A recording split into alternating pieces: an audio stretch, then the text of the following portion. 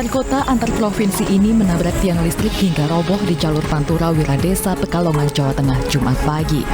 Bus tanpa penumpang ini melaju dari arah Semarang menuju Jakarta. Tiba-tiba bus menabrak tiang listrik. Sopir dan awak bus dilarikan ke rumah sakit karena mengalami luka ringan. Saya pas tidur ya, beratnya bunyi kayak petir lah, saya langsung bangun. Terus aku cek tusuk, saya kan takut, saya lari. Akibat kecelakaan ini terjadi kemacetan panjang dan rusaknya jaringan listrik. PLN menyebut dari kecelakaan ini setidaknya 3.400 pelanggan terdampak padam listrik. Tadi recovery sudah kita percepat, kita memperpendek daerah padam dengan pemotongan kabel jumper-jumper kita, sehingga pelanggan sekarang yang terdampak hanya yang di sekitar lokasi. Sementara petugas sudah melakukan perbaikan dan pemindahan tiang listrik serta beberapa jaringan sudah kembali tersambung dan menyala. Pemirsa, satu stasiun pengisian bahan bakar Jaga Sakti Liwa, Lampung Barat, Lampung terbakar. SPBU Jaga Sakti Liwa yang terbakar pukul 3 sore. Api seketika membesar dan asap hitam mengepul tebal. Pegawai dan warga panik menyelamatkan diri serta kendaraannya. Tidak ada korban jiwa dalam kejadian ini. Kebakaran terjadi dalam beberapa menit hingga akhirnya berhasil dipadamkan oleh petugas.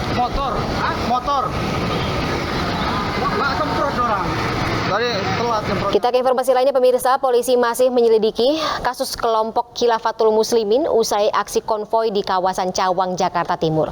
Usai menangkap pimpinan tertingginya, polisi masih mencari tersangka lain serta menelusuri sumber aliran dana kelompok ini.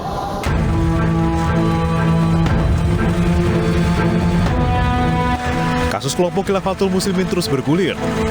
Tim penyidik gabungan di Treskrimum Polda Metro Jaya menyita barang bukti hasil penggeledahan di kantor pusat organisasi tersebut di Lampung.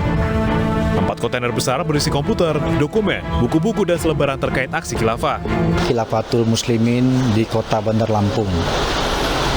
Jadi temuan yang kita peroleh di kantor pusat Khilafatul Muslimin tersebut berupa buku dan dokumen. Di antaranya terkait dengan khilafah, kemudian NII, dan juga ISIS. Saat ini sedang didalami oleh tim penyidik dari Polda Metro Jaya guna mengembangkan lebih lanjut terkait dengan kasus ini, khususnya terkait dengan paham-paham yang bertentangan dengan ideologi Pancasila yang coba dikembangkan oleh ormas ini. Sebelumnya pada 7 Juni lalu, pimpinan tertinggi Khilafatul Muslimin Abdul Qadir Hasan Baraja dibawa ke Jakarta dari Bandar Lampung. Dia ditangkap karena penyidik berhasil menemukan pelanggaran hukum pada organisasi tersebut. Abdul Qadir Hasan Baraja pernah divonis 3 tahun penjara dalam kasus teror pada tahun 1979.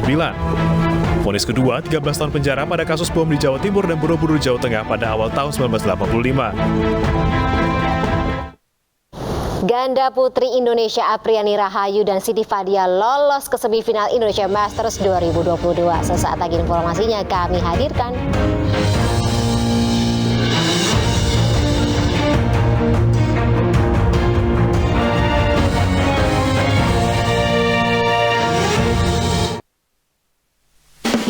Love your